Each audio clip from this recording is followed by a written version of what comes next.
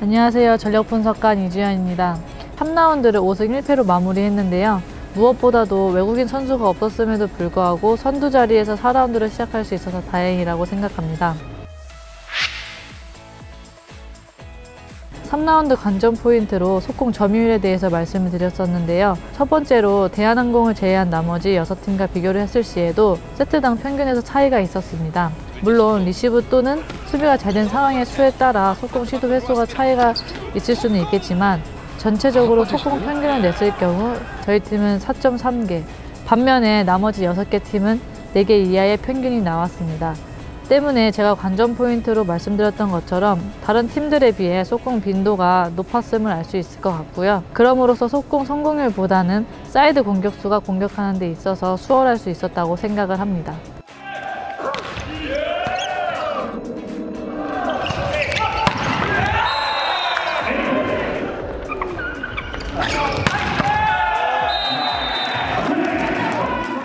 그래서 우리가 속공을 많이 활용을 하면서 이제 날개가 살았기 때문에 날개의 성공률이 높지 않았나 싶어요.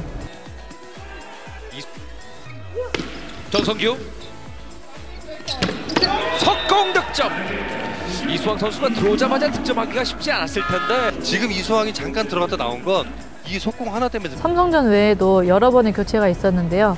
특히 이수왕 선수가 가끔 교체에 들어가는 경우는 다른 센터들에 비해 빠르고 좋은 속공 공격력을 가지고 있기 때문에 경기 중 상황에 따라 교체를 하고 있습니다. 이렇게 교체를 할 경우 세터 결정에 따라 상대에게 속임수가 될 수도 있고 반대로 속공을 풀어나감으로써 상대 센터들을 힘들게 할 수 있습니다. 근데 그거는 제 생각이고 선수들 간에 사인이 있었을지 모르겠지만 아무래도 1대1로 그 사인을 하는 게 아니라 다 사인을 주니까 자기한테 줄 거라고는 생각 안 해요. 왜냐면 리시브가 안 됐을 경우도 생각해야 되고 하니까. 당연히 모르죠. 선수 형이 약속해줄 리가 없어요. 기억이 사라진 것 같아요. 그냥 휘둘렀어요. 사람은 운이 좋아야 돼.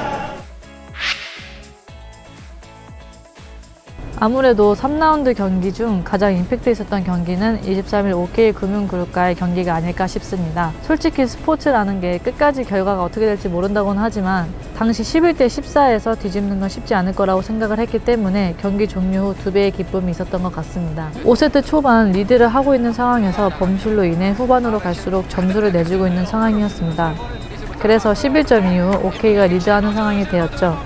하지만 다 아시다시피 12대 14에서 유강호 선수가 원포인트 서브로 들어가 극적인 역전승을 만들어줬는데요. 당시 OK 선수들의 리시브된 볼이 A 패스로 올라가지 않았고 저희 전인 센터 블록은 우리 팀에서 리딩 블록이 가장 장점인 조재영 선수가 전위에 있었기 때문에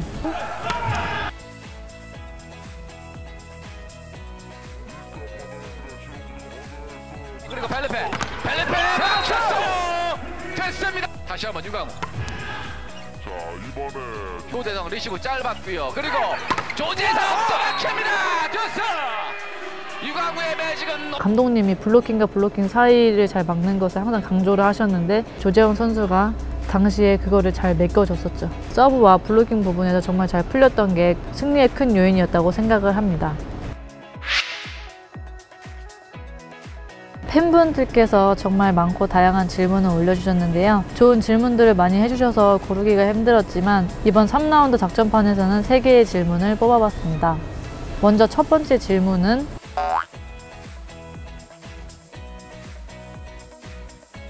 스파이크 서브는 보통 자신이 가장 자신 있는 강한 서브를 대부분 구사하고요. 프로토 서브를 구사하는 선수들은 2라운드 작전판에서 말씀드렸다시피 팀 약점에 따라 목적을 정하고 들어가게 됩니다.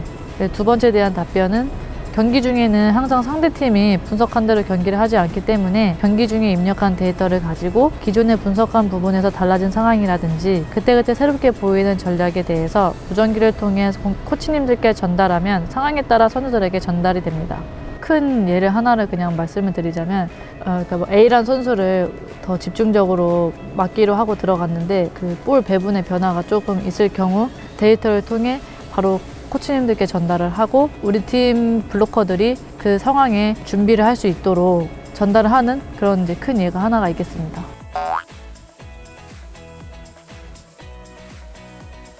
세터는 상대가 서브를 넣기 전 모든 공격수에게 사인을 해줌으로써 한 명의 선수와 약속을 하지 않습니다. 그러므로 공격수에게 올라가는 볼은 정해져 있지 않기 때문에 모든 공격수는 항상 준비를 하고 움직이는 것이죠.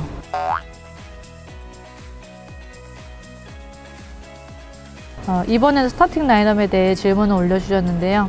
보통 경기 시작 시 세터가 첫 번째로 시작하는 경우를 많이 보실 수 있을 겁니다. 하지만 꼭 세터로 출발하지 않은 경우도 많은데요. 먼저 세터가 1번 자리로 시작하는 경우에 대해 말씀을 드리자면 우리나라 남자팀의 경우 라이트 포지션이 대부분 용병이기 때문에 세터가 1번 자리로 시작할 경우 라이트 포지션의 공격수는 전일 첫 자리로 시작해 세 자리에서의 공격을 시도할 수 있고 블로킹 높이 또한 높아질 수 있는 장점이 있습니다. 반면에 다른 스타팅 라인업의 경우 상대방의 블로킹이나 공격수를 고려하여 정하는 경우도 있습니다. 예를 들면 임동현 선수를 상대 높은 블로커와 만나지 않게 하는 것, 또는 반대로 정지석 선수가 상대 공격수를 잡으러 다니기 위한 이러한 예를 들 수 있겠습니다. 이처럼 여러 가지 경우가 있는데 저희 팀 스타팅 라인업의 경우는 감독님이 결정을 하고 계시기 때문에 저희 팀 스타팅 라인업에 대해서는 정확한 이유를 말씀드리기는 어려울 것 같습니다. 이로써 제가 선정한 질문들에 대한 답변은 여기까지고요. 먼저 많은 질문들을 해주셔서 감사드립니다. 미처 대답하지 못한 질문도 많지만 6라운드까지 작전판이 남아있으니까 계속해서 궁금하신 질문 남겨주시면 대답해드리겠습니다.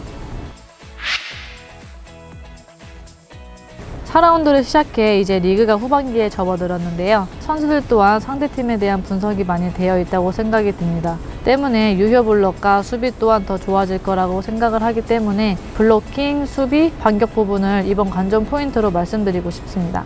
다른 팀 같은 경우에 지금 용병이 있으니까 반격 부분에서 이제 충분한 파워나 기술을 가지고서 더 이제 처리를 잘 해줄 수 있는 부분이 있는데, 물론 우리 임동혁 선수도 잘하고 있지만 이런 반격 부분에서 용병과 국내 선수의 그런 좀 차이가 있지 않을까.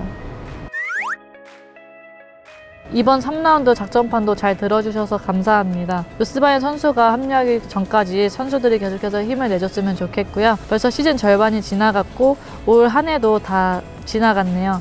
팬 여러분 새해 복 많이 받으시고요. 4라운드 전보스 작전판은 2021년에 만나요.